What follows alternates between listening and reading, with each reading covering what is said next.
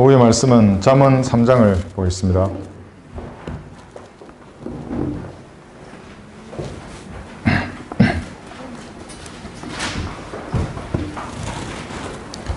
잠언 3장 5절에서 6절 말씀 보겠습니다.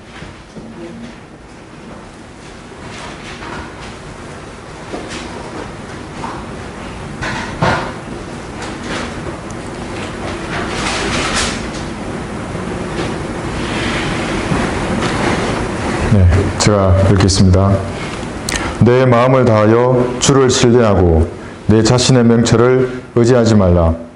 내 모든 길들에서 그를 인정하라. 그리하면 그가 내 길들을 지도하시리라. 내 마음을 다하여 주를 신뢰하라는 제목으로 말씀을 전하겠습니다. 잠깐 기도드리겠습니다. 내 마음을 다하여 주를 신뢰하라. 사람들은 대부분 믿는 구석이 있습니다. 얘기해보면 아무리 믿는 구석이 없는 사람이 있겠습니까? 어떤 사람들은 인맥이라고 하는 연줄을 믿습니다. 인연이 닿는 길을 믿는 사람도 있습니다. 이런 것은 살면서 유용할 때가 있습니다. 반면에 어떤 사람들은 사람의 말이나 사상을 신뢰합니다. 근데 그런 사람들은 사람 속에 무엇이 들어있는지 잘 모르기 때문에 그들의 잘생긴 외모나 그럴듯한 말에 속아서 흙으로 만들어진 인간에게 점수를 주는 것입니다. 또 돈이나 권력을 신뢰하는 사람들도 있습니다. 이런 사람들이 대부분이죠. 세상 사람들은. 왜냐하면 돈이나 권력은 그것의 힘이 바로 눈에 보이기 때문에 그렇습니다. 그런 것들을 믿고 있는 것입니다. 신뢰는 굳게 믿고 의지하는 것입니다. 의심과는 반대가 되는 말이 신뢰입니다. 신뢰가 없으면 의심이 생기고 의심이 생기면 아무리 친하던 사람들도 점점 멀어지는 것입니다.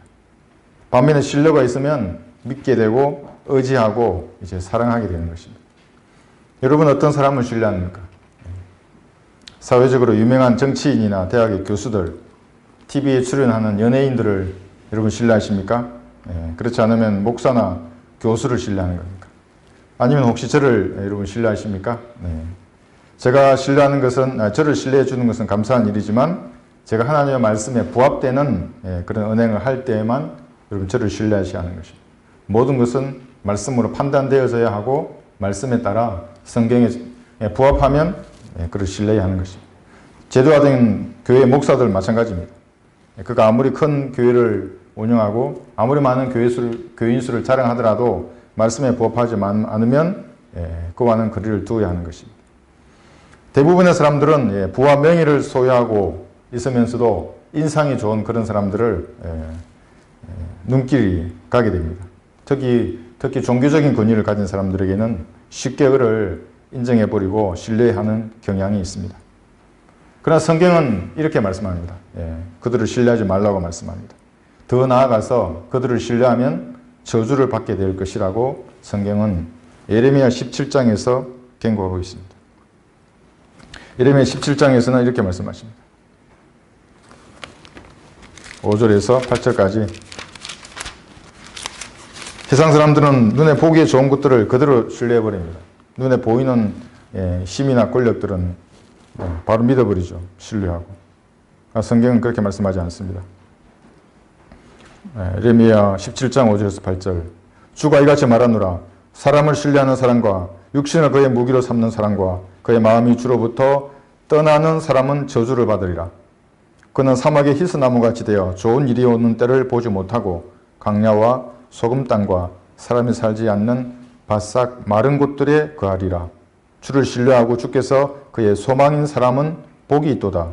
그는 물가에 심겨진 나무가 강가에 그 뿌리를 뻗친 것 같아서 더위가 오는 때를 보지 못하고 그 잎이 푸르러 가뭄에도 염려하지 않고 열매를 맺는 것도 그치지 아니할 것임이라. 여기 분명하게 대조를 이룹니다. 사람을 신뢰하면 저주를 받는 것입니다. 가뭄으로서 말라 죽은 나무를 여러분 보셨죠? 그 나무가 바로 이런 사람이나 헛된 것들을 신뢰하는 사람들입니다. 그런데 주를 신뢰하면 물가에 심겨진 나무 같다고 말씀하십니다. 이 구원을 받았거나 구원을 받지 않았거나 사람을 신뢰하면 언젠가는 실명하게 됩니다. 그 사람의 인품이나 그 사람의 언행에 대해서 언젠가는 실망할 것입니다. 그러나 주님을 신뢰하면 안전한 것입니다. 사람들은 좋을 때는 왔다가 자기에게 이익이 되지 않으면 바로 떠나버립니다. 그래서 이제 그것을 배신이라고 하죠. 주님은 우리를 결코 그렇게 대하지 않으십니다. 언제나 죄를 자백하고 그분의 보좌 앞으로 나가면 능하신 손으로 우리를 보호하시고 인도해 주시는 것입니다. 많은 이단들이 있습니다. 문선명, 죽은 문선명, 독생령, 문선명의 부인입니다. 장길자, 엘렌 화이트 같은 여자를 신뢰하는 그런 사람들도 신뢰하는 그들을 따라서 지옥에 가는 것입니다. 그러니까 잘못된 것을 신뢰하면 결과가 이렇게 되는 것입니다. 거짓 교리를 말하는 목사를 인간적인 정 때문에 계속 신뢰한다면 어떻게 되겠습니까? 그가 가는 곳에 가든지 그리스도의 심판석에서 수치를 당하는 것입니다. 인간의 정 이런 것들은 십자가에 못 박은 것입니다. 개인의 감정으로 인간적인 정 때문에 진리를 대항하는 그들을 받아들여서는 안 되는 것입니다. 대신에 주를 신뢰하는 자는 물가나 강가에 심겨진 나무와 같습니다. 시편 1편 3절에서도 그는 강가에 심겨진 나무 같아서 계절을 따라 열매를 맺으며 그의 잎사귀도 마르지 아니하리니 그가 무엇을 하든지 번성하리로다. 제 이 말씀에는 주를 신뢰하는 사람이 나타나는 특징이 나옵니다. 이 성령의 능력에 대해서 언급하는 것입니다. 세 가지 능력입니다. 여기 보시면 열매를 맺는 능력입니다. 주를 신뢰하는 사람들은 어떤 형태로든지 반드시 열매를 맺어서 그 열매를 통해서 주님을 영화롭게 하는 것입니다. 전도지를 만들거나 찬양을 하거나 구령의 열매라거나 글을 쓰거나 이런 것들로 주님을 영화롭게 하는 것입니다. 그렇지 않고 잎사귀만 무성하면 주님 보시기에 어떻게 되겠습니까? 답답한 노릇이죠. 열매를 통해서 주님께 영광을 돌리게 하는데 잎사귀만 무성하다. 어떻게 되는 것입니까? 또한 성령께서 갈증을 해소하시고 정결케 하시는 물로서의 역할을 하는 것입니다. 죽음과 영혼에 대한 두려움을 진리를 알게 되는 사람은 그 갈증이 완전히 해소됩니다. 영원한 자유함을 아는 것입니다. 성경을 알면 알수록 그 자유함의 폭은 커지는 것입니다. 모르면 모를수록 좁습니다. 이렇게. 그러니까 뭘 해도 부딪히는 겁니다. 그런 사람들은. 그런데 또 이 정결하는 물로서의 역할이 무엇입니까? 성령께서 우리를 갈수록 신사와 숙녀로 만들어주는 것입니다. 성경주를 믿는 사람들은 전부 다 여러분 신사와 숙녀들입니다. 막 하는 사람들이 없습니다. 정결하게 하는 물로서의 역할을 우리 안에 성령께서 하시기 때문에 그렇습니다. 이건 고상한 인격을 다듬어서 그렇게 되는 것이 아니라 성령의 열매를 통해서 사람이 변화되는 것입니다. 그래서 저는 이렇게 봅니다. 주님과 교제를 했는지 안 했는지는 언행을 통해서 드러나기 때문에 그런 것입니다. 그리고 믿는 자가 죄와 연루되지 않는다면 하는 일을 번성케 하는 것입니다. 그것은 무슨 일을 하더라도 주님께서 그건 내버려두지 않습니다. 전도지를 보급하는 거 전국에 지금 많이 보급이 되었지만 수천만 원어치의 전도지들이 다 이렇게 나갔습니다. 전도지. 주님께서 이 일을 계속해서 복을 주시고 번성케 하시는 것입니다. 다른 것도 마찬가지입니다. 여러분 또한 무엇을 신뢰하는 겁니까? 사람이 권력에 도취되면 여러분 어떻게 되었습니까? 역사적으로 보면 자신 아들이나 부모도 권력에 도취된 사람들에 의해서 죽이는 것을 보았습니다. 권력에 맞설 들으면 이렇게 되는 것입니다. 자신의 조국도 적에게 팔아넘기는 파렴치한 권력자가 이 나라의 권력의 중심에 있는 것입니다. 적과 내통하는 여적죄를 짓는 그러한 자들이 있는 것입니다. 그러나 권력은 무성한 것입니다. 권력을 잃어버리면 그 사람은 동네 아저씨가 되는 겁니다. 할아버지가 되든지 감옥에 가서 자기 집값을 갚아야 하는 죄인이 되는 것입니다. 돈을 신뢰하십니까? 돈은 세상을 살면서 많은 문제를 거의 대부분의 문제를 해결해 줄 수도 있습니다. 그러나 그리스도인은 돈을 신뢰하지 말아야 합니다. 디모데전서 6장에서는 돈을 사랑하는 것이 모든 악의 뿌리입니다. 모든 악의 뿌리가 돈을 사랑하는 것입니다. 이것을 욕심내는 어떤 사람들이 믿음에서 떠나 방황하다가 많은 슬픔으로 자신들을 찔렀도다. 방황하는 사람들이 왜 방황하는지 이게 답이 나오는 것입니다. 돈을 사랑하기 때문에 그런 것입니다. 돈을 욕심내면 반드시 믿음에서 떠나서 방황하게 되는 것입니다. 그리고 세상 슬픔에 빠져서 인생을 낭비하게 됩니다. 돈은 하나님을 위해서 사용할 때 가장 가치 있는 것입니다. 가장 훌륭한 투자를 하는 것입니다. 다 사라져버릴 것에 투자하면 뭐 하겠습니까? 세상 것에. 썩지 않고 영원한 것에 투자하는 것. 이 세상의 돈으로 썩지 않는 것에 투자하는 것이 지혜로운 것입니다. 잠언 23장 5절에서 말씀하십니다. 내 눈을 허무한 것에 주목하려느냐? 재물은 반드시 스스로 날개를 만들어 하늘을 향하여 독수리처럼 날아가리라. 이게 여러분 돈이라는 것입니다. 허무한 것. 디모데전서 6장 17절에서 말씀하십니다. 이 세상에 있는 부유한 자들에게 명하여 마음이 교만해지지 말고 불확실한 재물을 신뢰하지 말며 오직 우리에게 모든 것을 풍요하게 주셔서 향유케 하시는 살아계신 하나님을 신뢰하라고 하라. 향유케 하시는 하나님입니다. 예. 하나님을 신뢰하면 이 세상은 그리스도인의 것임을 알게 됩니다. 숲이나 강이나 호수, 꽃이나 해변 같은 모든 것이 그리스도인의 것입니다. 아들을 우리를 위해서 주셨을 때 세상을 우리에게 같이 주신 것입니다. 이런 것은 돈을 주고 사지 않지만 원래 소유주신 하나님께서 그의 아들과 함께 우리에게 주신 것입니다. 고린도전서 3장에서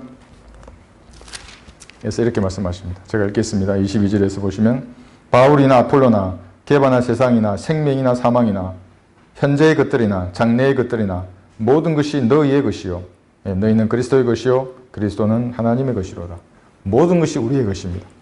제가 차량을 타고 이렇게 철원으로 올 때 가장 가슴 뛰게 하는 게 뭐냐면 이 녹색의 하늘들입니다. 우리 아이하고 대화를 할 때 6월을 통상 에메랄드빛 6월 이렇게 말합니다. 하나님의 보좌가 에메랄드 빛입니다. 여러분. 그러니까 녹색을 보면 제가 하나님의 보좌에 마치 가까이 온 것처럼 아주 이 세상을 만끽하는 겁니다. 이건 그리스도인만이 누리는 그런 마음입니다. 세상 사람들은 그냥 아름답다로 끝나는데 그리스도인은 거기서 한 발짝 더 나가는 것입니다. 모든 것이 우리의 것으로 누릴 수 있습니다. 주님을 신뢰하고 말씀의 빛을 따르면 세상의 모든 것을 자기 것으로 즐길 수 있는 것입니다. 세상의 지혜나 철학을 신뢰하는 사람들도 있습니다. 철학자들, 제 친구 중에도 있습니다. 성경의 말씀을 철학과 섞고 학문과 섞어서 그것을 설교하는 그런 제독교의 목사들도 있습니다. 그러나 세상의 지혜들, 철학들은 모두 성경의 무로 돌아갈 그런 것이라고 말씀하고 있습니다. 그건 전부 바람 같은 것입니다. 없어져 버립니다. 그 사람이 죽으면 그의 한 말이 무슨 권위가 있는 것입니까? 죽을 인간이. 그렇다면 우리는 누구를 신뢰해야 하겠습니까? 모두 소멸하는 부질 없는 것을 신뢰하지 말고 주를 신뢰해야 합니다. 우주를 창조하신 만왕의 왕이요 만주해 주신 주님을 신뢰하는 것입니다. 근성으로 신뢰하지 말고 본문 말씀에는 마음을 다하여 주를 신뢰하라고 이렇게 말합니다. 마음을 다하여. 이게 일편단심. 여러분 들어보셨죠? 일편단심으로 주를 신뢰해야 하는 것입니다. 한 조각의 붉은 마음을 다해 변치 않고 주를 신뢰하라. 지금 이렇게 말하고 있는 것입니다. 여러분 일편단심 민들레 들어보셨습니까? 주님을 신뢰할 때 이 마음의 변화가 없어야 되는 것입니다. 사람은 다 바뀝니다, 여러분. 바뀌지 않는 사람 아무도 없을 겁니다. 그러니까 사람을 신뢰하면 항상 그런 걸 당하는 것입니다. 내 마음을 다하여 주를 신뢰하라. 첫 번째가 마음을 다하라. 마음을 다하라는 것을 군대식으로 표현하면 이렇게 됩니다. 충성입니다. 충성. 마음 심자의 가운데 중. 군인들이 격려구로 하는 것이 충성 아닙니까? 애국가 가사에도 나옵니다. 누가 저한테 물었습니다. 애국가를 진짜 사설까지 다 암기하냐고. 다 암기합니다. 저. 암기하려고 해서가 아니라 계속 그렇게 했지 않습니까? 이 기상과 이 마음으로 충성을 다하여 괴로우나 즐거우나 나라 사랑하세. 충성하면 신뢰하고 사랑하게 되는 겁니다. 나를 버리지 않을 것이라는 국가가 그런 신뢰가 쌓이는 것입니다. 주님에 대해서도 마찬가지입니다. 주님을 신뢰하면 나를 결코 버리지 않을 것이라는 확신이 생기는 것입니다. 충성심이라는 것은 임금이나 국가에 대하여 진정으로 우러나오는 정성스러운 마음입니다. 이것이 충성입니다. 마음을 다한다는 것은 충성을 다하여 주를 신뢰하는 것과 같은 것입니다. 그러니까 저는 금방 이해합니다. 이게 무슨 말인지. 충성을 다해서 주님을 신뢰하라 이러면 더 이상 그 설명이 필요 없습니다. 바로 압니다. 저는. 사무엘상 7장 3절에서 이렇게 말씀하십니다. 사무엘이 이스라엘의 온 집에 일러 말하기를 만일 너희가 너희 마음을 다하여 주께 돌아온 것이라면 너희 가운데서 이방 신들과 아스타롯을 치우고 너희 마음을 주께로 세우며 그분만을 섬기라. 그리하면 그분이 필리스타인들의 손에서 너희를 구해 주시리라 하니라. 여기 보십시오. 마음을 다했다면 충성해서 주님께 돌아온 곳이라면 치우고 마음을 세우며 섬기라 이렇게 말씀하십니다. 우리에게 똑같은 것입니다. 예전 구원받기 전에 육신적인 습관들을 치워야 됩니다. 주께로 마음을 세우고 주님만을 섬기는 것입니다. 그러면 넘치는 세상 악에서 우리를 구해주시는 것입니다. 그러니까 문제 해결의 핵심은 뭐냐면 행위가 아니라 마음입니다. 구약에서도 마음이 중요하고 신약에서도 마음이 중요한 것입니다. 세상 사람들도 말하지 않습니까? 인생은 마음 먹기에 달렸다고. 여러분 어떻게 생각하십니까? 마음 먹기에 달린 겁니다. 마음을 똑바로 먹어야 합니다. 대신에 구원받은 우리는 치우고 세우고 주님을 섬기하는 것입니다. 사무엘상 12장 20절에서도 똑같이 말씀하십니다. 사무엘이 백성에게 말하기를 두려워 말라. 너희가 이 모든 악을 행하였으나 주를 따르는 데서 돌이키지 말고 내 마음을 다하여 주를 섬기라. 충성을 다하여 주를 섬기라는 것입니다. 괴로우나 즐거우나 주를 섬기라. 이런 말씀입니다. 즐거울 때는 여러분 교회 나오는 발걸음도 가볍지 않습니까? 감정적으로 좋을 때는. 그래서 싸울 때는 어떻습니까? 낙심되고 짜증이 날 때는 어떻습니까? 부부싸움을 할 때는 어떻습니까? 교회 나오는 발걸음이 가벼우십니까? 그러니까 자신의 감정의 기복에 따라 주님을 섬기라고 성경에 말씀하지 않는 것입니다. 누가 그렇게 말하겠습니까? 마귀들이 그렇게 하는 것입니다. 감정에 충실하라고. 세상 사람은 기분 좋아서 술을 마시고 기분 나빠도 술을 마십니다. 그 주지 않습니까? 그들도 그렇게 주를 섬기는데 그리스도인이 세상의 술꾼들보다 우리 주님을 그들보다 못하게 섬겼어야 되겠습니까? 제가 군대 생활할 때 어려운 훈련이 많았는데 이 야전에서 잘 먹지 못하고 잘 자지 못하고 극심한 스트레스를 받으면서 가장 적절한 결심을 하기 위해서 고민을 많이 하고 이제 그럴 때 제 마음속에 새겨둔 말이 뭐였냐면 괴로우나 즐거우나 나라 사랑하세요. 큰 뜻을 마음에 품으면 그런 스트레스는 다 없어집니다. 피곤은 모두가. 임무에만 집중하게 했던 것입니다. 그리스도인도 마찬가지입니다. 괴로우나 즐거우나 주님을 섬겨야 하는 것입니다. 즐거울 때는 다 대부분 섬기죠. 주님을. 괴로울 때도 주님을 바라보고 섬겨야 하는 것입니다. 사무엘상 12장 24절에는 너희는 주께서 너희를 위하여 얼마나 큰 일을 행하셨는지를 생각하고 오직 주를 두려워하고 너희 마음을 다하여 진리로 그분을 섬기라. 마음을 다하여 진리로 섬겨야 하는 것입니다. 근성으로 이 성경을 들고 있어서는 여러분 아무런 변화가 없습니다. 그냥 이렇게 인생을 사는 것입니다. 근데 마음을 다하여 진리로 그분을 섬기면 변화가 생기는 것입니다. 이런 찬양 가사가 있습니다. 주 하나님 큰 일을 행하셨네. 주 독생자 세상에 보내시사 우리 죄를 대속해 주시려고 그 몸부려 생명문 여셨도다. 예수 앞에 나와서 경배하라. 그 행하신 큰 일을 찬양하라. 이런 찬양의 가사를 이해하고 찬양하는 사람은 주님께서 자신과 같은 죄인을 위하여 얼마나 큰 일을 행하셨는지를 똑바로 기억하는 사람입니다. 생각하는 사람입니다. 그러면 주님께서 감당할 수 없는 은혜를 그의 마음에 부어주시는 것입니다.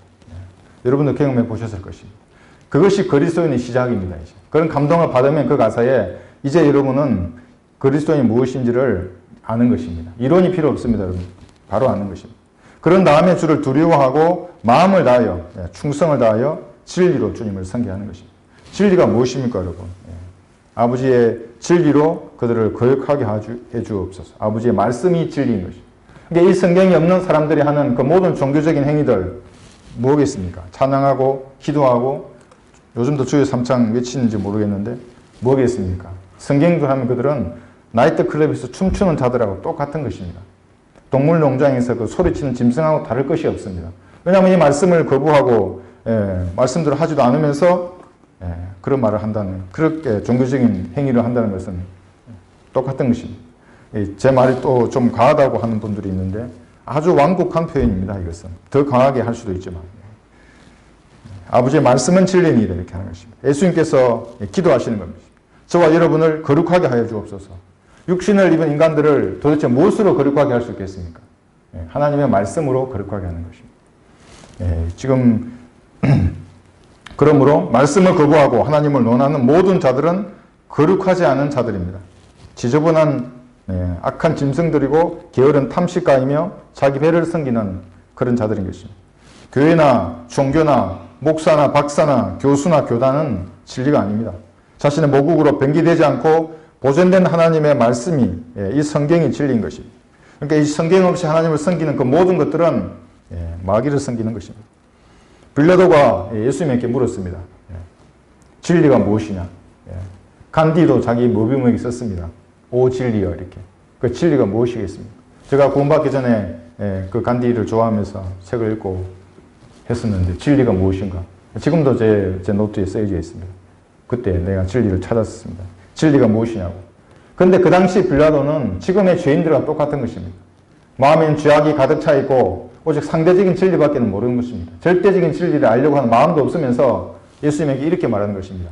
나는 너를 마음대로 처리할 수 있어. 우주의 창조주한테. 그러니까 네가 말하는 그딴 진리가 뭐야? 말 한번 해봐. 이렇게 예수님을 조롱하는 겁니다. 예수님은 질문에 답변조차 하지 않고 무시해버렸을 것입니다. 지옥에서 불타고 있는 빌라도는 이제 조금 알았을 것입니다. 근데 아직 멀었습니다.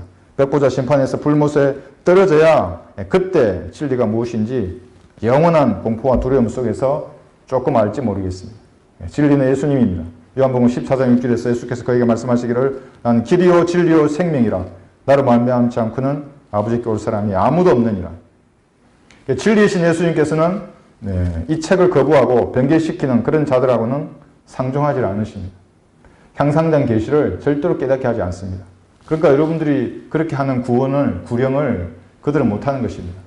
아무리 설명해도 못합니다. 그 사람들은. 제가 오늘날 차 안에서 세 사람이 타고 있었는데 운전자 빼고 어떤 사람이 구령을 했습니다. 그 옆에 그 전도사라는 애가 이제 보고 있는 겁니다.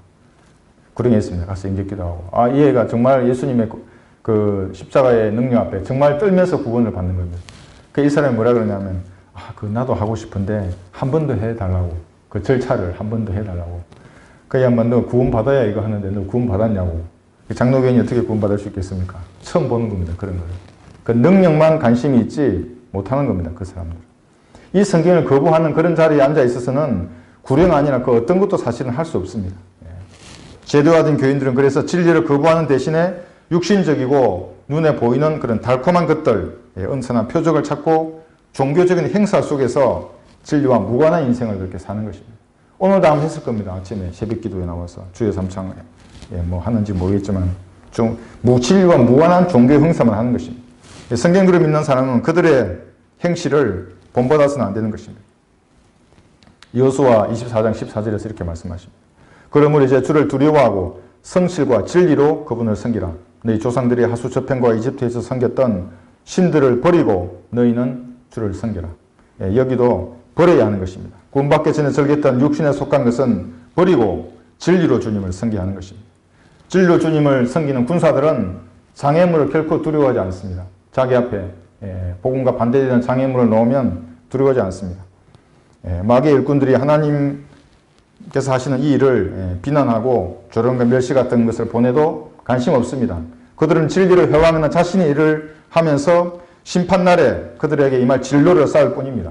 그럼 나는 뭐 하는 것입니까? 나의 일을 하는 것입니다. 나의 달리 갈 길을 그냥 갈 뿐인 것입니다. 사도행전 20장 24절에서 말씀하십니다.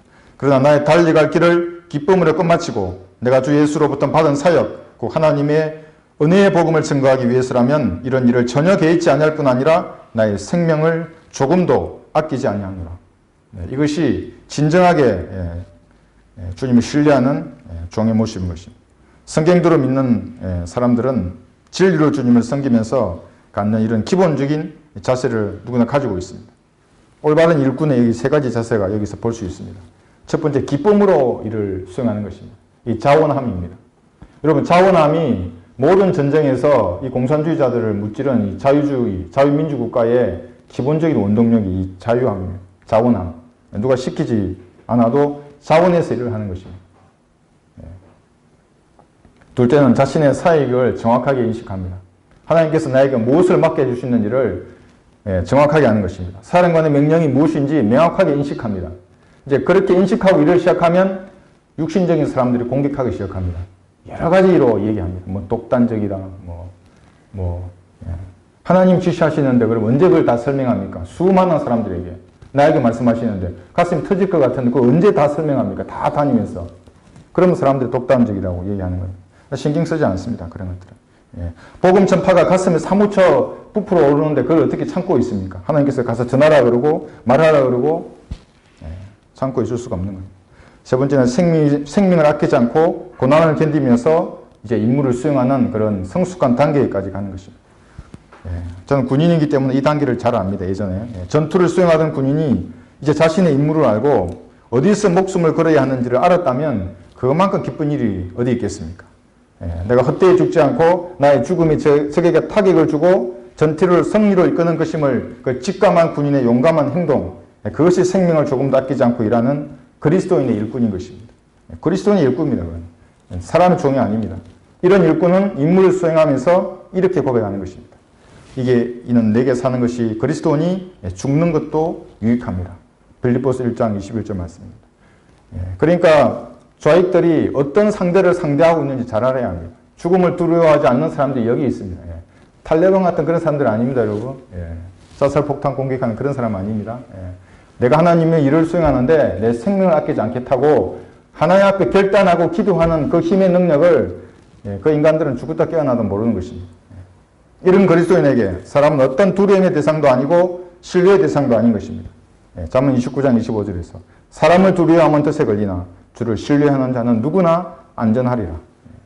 이사야 51장 12절에서 말씀하십니다. 나고 내가 너희들을 위로하느니라. 내가 누구기에 죽을 사람을 두려워하며 풀같이 될 사람의 아들을 두려워하느냐.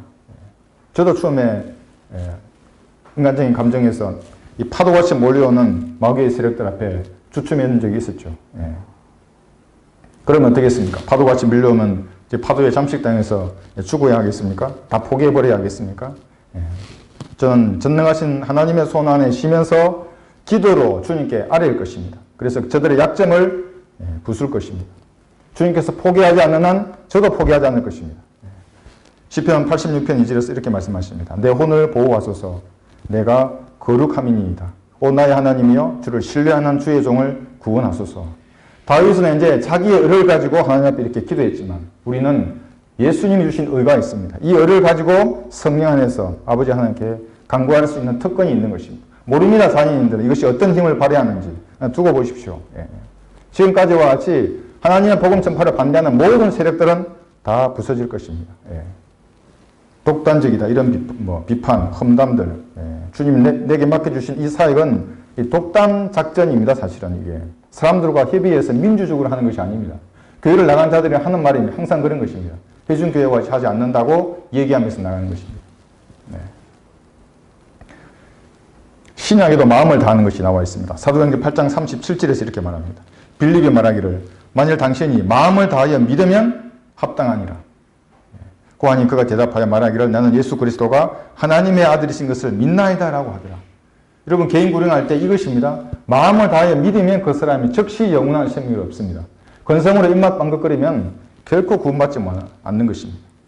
많은 교인들이 행위구원을 강조하면서 마귀를 따르는 이유가 무엇이겠습니까? 그들의 마음으로는 하나님을 따르지 않는 것입니다. 입술로만 하나님을 따르는 것입니다. 그러니까 아무리 복음을 전하고 진리를 전해도 그들이 다 튕겨 나오는 것입니다. 내가 내 입으로 주 예수를 시인하고 또 하나님께서 그를 죽은 자들로부터 살리신 것을 내 마음에 믿으면 구원을 받으리라. 이는 사람이 마음으로 믿어 의에 이르고 입으로 고백하여 구원에 이르기 때문이라. 이 마음으로 믿는 것을 하찮게 여기는 것입니다. 그 사람들은. 그 자기를 영원히 살리는 것인데도 마음은 딴 곳에 주는 것입니다. 계속해서. 머리로 믿는 것은 헛된 것입니다. 교회를 대적한 사람 중에 여러분 인지적 구원이라고 저한테 얘기한 사람이 있습니다.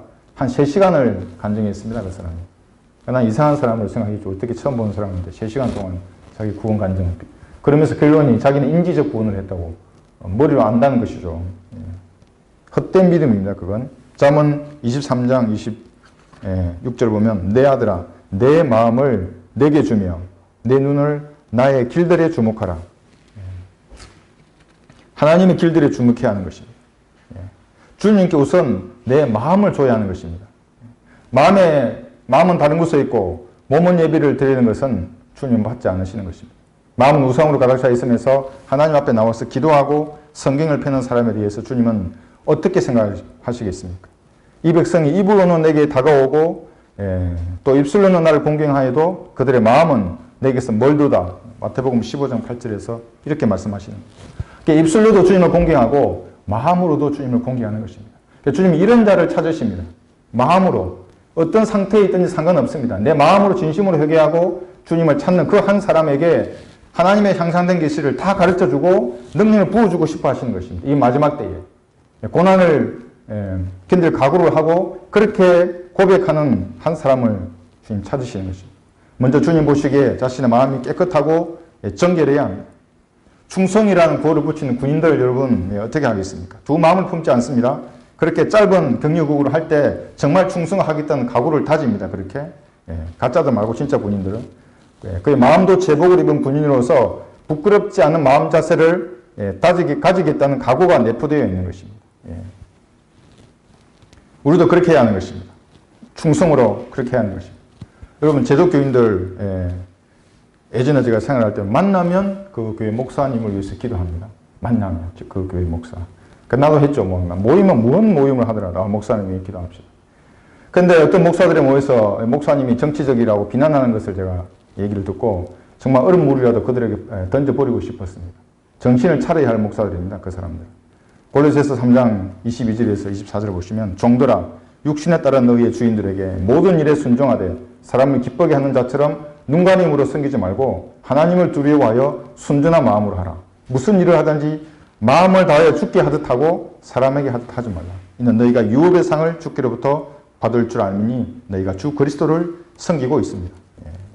그리스도는 자기가 해야 할 일들을 가정이나 직장이나 교회에서 하나님께 하듯이 하는 것입니다. 그러니까 누구 시선을 의식하지 말아야 합니다. 하나님께 하듯 마음을 다해서 하는 것은 쉬운 일이 아닙니다. 쉬운 일 아니죠. 가정에서 한번 보십시오. 일을 똑같이 분담해야 되는데 어떤 한 사람의만 일을 한다 그러면 그래도 여러분 할 수 있겠습니까? 주님께 하듯이. 그래서 이런 섬김이 주님 보시기에는 고난으로 여기시는 겁니다. 이것을. 그렇기 때문에 이 고난은 주님께서 오실 때에 문자적인 땅을 유업으로 주시는 것입니다. 그렇게 하면, 일을 하면. 그러니까 이것이 가장 지혜로운 투자입니다. 썩지 않고 영원한 것에 대한 투자에게 하는 것입니다. 그리스도교도 마찬가지입니다, 여러분. 그리스도교에 사람이 아무도 없으면 어떻게 했습니까? 제가 물어봤습니다. 아무도 없으면 어떡하지? 집에서도 집안에서 듣는 사람이 있으면 좋겠지만 그것도 없으면 어떡하지? 모든 피조물에게 복음을 전파하는 것입니다. 저도 사람이 많은 곳에서 그리스도교 하는 게 좋지 아무래도 효과적인 면에서. 그러나 한 명이 있거나 두 명이 있거나 상관하지 말고 있으면 하는 것입니다. 하나님께서 지금 보고 계시는 겁니다. 마귀도 보고 있고. 복음에 외치는 것입니다. 마귀가 아주 얼굴을 돌리고 도망가 버리더니 그렇게 하는 것입니다. 하나님께 하듯이 그렇게 하는 것입니다. 내 마음을 다하여 주를 신뢰하라. 두 번째는 주님만을 신뢰하라. 신뢰라는 단어가 처음 사용된 말씀은 신명기 32장에 나옵니다. 한번 보겠습니다.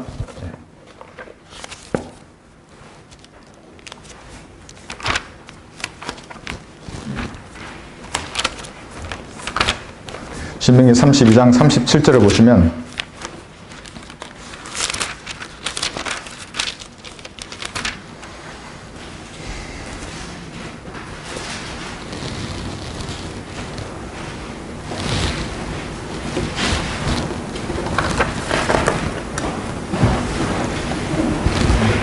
주께서 말씀하시기를 그들의 신들과 그들의 신뢰하던 그들의 반석이 어디 있으며 이렇게 쭉 이제 말씀을 하십니다. 그들의 신들과 그들이 신뢰하던 그들의 반석이 어디 있으며 그들의 반석이 있고 우리의 반석이 있는 것입니다. 다릅니다, 여러분. 그들의 반석과 우리의 반석이 31절 보시면 그들의 반석이 우리의 반석과 같지 않음을 우리의 원수들까지도 스스로 판단하는도다. 다른 반석을 지금 가지고 있습니다. 그런데 그들은 그들의 반석을 신뢰하는 것입니다. 그러나 그들의 반석은 모두 가라앉는 모래입니다. 파도가 치면 부서져 버리는 모래성과 같은 그런 반석인 것입니다. 마귀가 만든 세상의 영광은 눈에 보기에는 화려하게 이렇게 보입니다. 그러나 그 반석은 모래이기 때문에 결코 영원하지 않는 것입니다. 조그만 흔들림에도 다 무너져 내립니다. 그들의 반석은 무엇이겠습니까? 종교, 지식, 학력, 권력, 인종, 돈이나 사회적인 업적, 복음을 반대하고 차별금지법을 만드는 그런 국회의원이라는 그러한 직, 장관, 총리, 대통령이지만 모두 부서져 버리는 것들인 것입니다. 다릅니다. 우리의 반석과 그들의 반석은. 그러나 우리의 반석은 흔들리지 않는 영원한 반석입니다. 고린도전서 10장 4절에 보시면 모두 같은 영적 음료를 마셨다는 것이라. 이는 그들이 그들을 따랐던 그 영적 반석에서 나온 것을 마셨으며 그 반석은 그리스도셨습니다. 바로 이번이 우리가 신뢰하는 그 반석입니다. 나는 죽이기도 하고 살리기도 하며 상하기도 하고 낫기도 하나니 내 손에서 건져낼 수 있는 자가 없도다. 내가 하늘에 내 손을 들고 말하노니 나는 영원히 사노라. 이런 하나님이 우리에게 반석인 것입니다. 신뢰할 만한 충분한 분이지 않습니까? 모두 소멸해버리는 모래성 같은 그런 저들의 반석보다 영원히 사노라고 말씀하신 이 하나님이 우리가 신뢰해야 하는 것입니다. 우리가 신뢰하더라도 결코 후회하거나 실망하지 않을 그런 하나님인 것입니다. 욥기 13장 15절에서 이렇게 말씀하십니다. 그분이 나를 죽이실지라도 나는 그분을 신뢰하리라. 그분이 나를 죽이실지라도 나는 그분을 신뢰하리라. 대단한 믿음입니다. 욥이 여기까지만 했으면 정말 훌륭한 고백인데, 그러나 이제 나는 그분 앞에서 내 자신의 길을 지속하리라. 이렇게 이어갔습니다. 그래서 욥의 고난이 계속된 겁니다, 여러분. 여기서 끝나면 됐을 텐데. 자신을 어렵게 여기는 것을 그만두고 지금까지 당한 고난 앞에서 하나님을 신뢰한다고 했다면 욥의 고난은 이제 목적을 성취한 겁니다.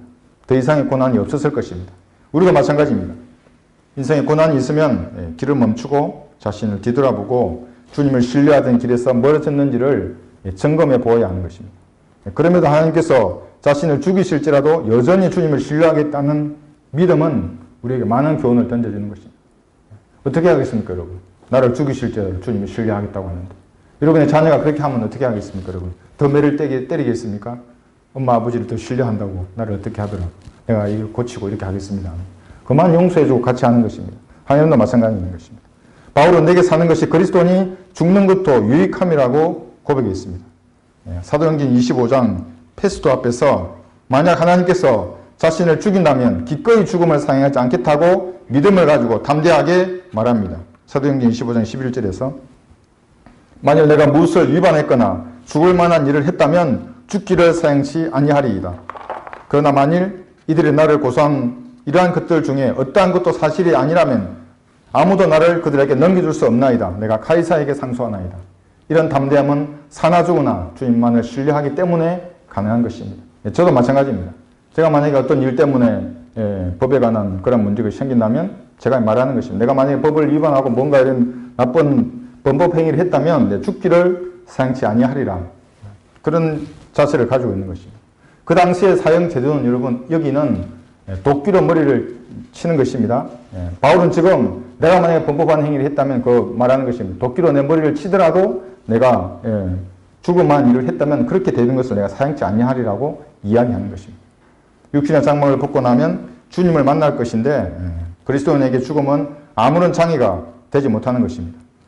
그래서 성경들을 믿는 사람을 박해하는 자들은 그들이 어떤 종류의 사람을 상대하고 있는지 똑바로 알아야 하는 것입니다. 그래서 세상에서 진리를 실행하면서 당하는 고난에 대해서 부끄러워하지 않는 것입니다. 연약해 보이죠, 그리스도인들이. 어떤 면에서는 슬퍼하는 자 같고 아무것도 없는 자 같고 그렇게 보입니다. 그러나 여러분 아닙니다. 하나님께 기도하는 그 그리스도인이 가장 무서운 그리스도인입니다. 여러분. 그러니까 그리스도인을 함부로 대해서는 안 되는 것입니다. 1대1로 하나님 앞에 무엇이라고 말씀할지 모르기 때문에 그렇습니다. 그러니까 우리를 박해한다고 했을 때 그 사람들은 전능하신 하나님을 박해하는 겁니다. 어떻게 되겠습니까, 여러분? 그 사람들의 결말이. 그래서 디모데후서 1장 12절에서는 그런 연유로 내가 이러한 고난을 당해도 부끄러워하지 아니하노니 이는 내가 믿은 분을 알고 내가 위탁한 것을 그날을 대비하여 그분께서 능히 지키실 줄을 확신함이라. 여기 알고 확신함 있지 않습니까? 이것이 신뢰가 있기 때문에 가능한 것입니다. 결론적으로 사람들은 자신에게 친숙한 어떤 것들을 신뢰합니다. 믿고 따르고 사랑합니다. 인맥을 사랑하는 사람부터 돈이나 명예를 신뢰하는 사람도 있고 흙으로 만들어진 인간의 사상이나 말에 신뢰를 두는 그런 사람도 있습니다. 그러나 그들을 신뢰하는 모든 것은 모래 쓴 것 같은 것입니다. 그들의 반석은 우리의 반석과 다릅니다. 우리가 신뢰하는 분은 우주를 창조하신 만왕의 왕이요 만주의 주이신 그분이십니다. 우리는 이런 주님을 신뢰할 때 마음을 다하여 충성을 다하여 그분을 신뢰하고 진리로 그분을 섬겨야 합니다. 마음을 다하여 주님을 신뢰함으로써 물가에 심겨진 나무같이 많은 열매를 통하여 주님을 영화롭게 하는 여러분들이 되시기를 바랍니다.